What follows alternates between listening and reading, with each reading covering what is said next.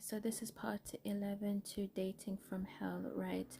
So towards the connection, his need to be the victim was getting worse, right? And it got to a point where you literally could not get through to him because it was you you were wrong and he was right, and there was no in between, you know. And then it got to a point where he physically could not handle like any hard conversations or any conversations that required depth or understanding, right? So at this point I was like, you know what, I'm done with this, you know.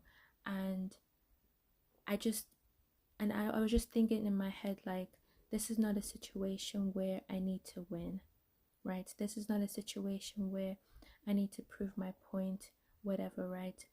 Because the last conversation I had with him before I ended it, right?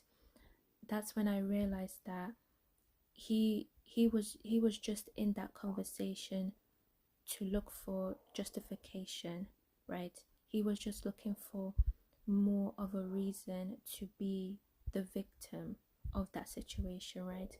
And bear in mind, like, that whole situation that happened before I ended it, he was 100% in the wrong, right?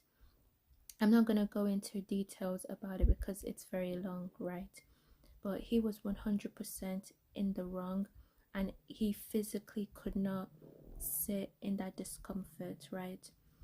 So towards the end of it, I was just like, you know what, I'm just gonna let you be the victim because I don't care. Like I don't care, right? It's like my only focus was getting out of this connection safely, right?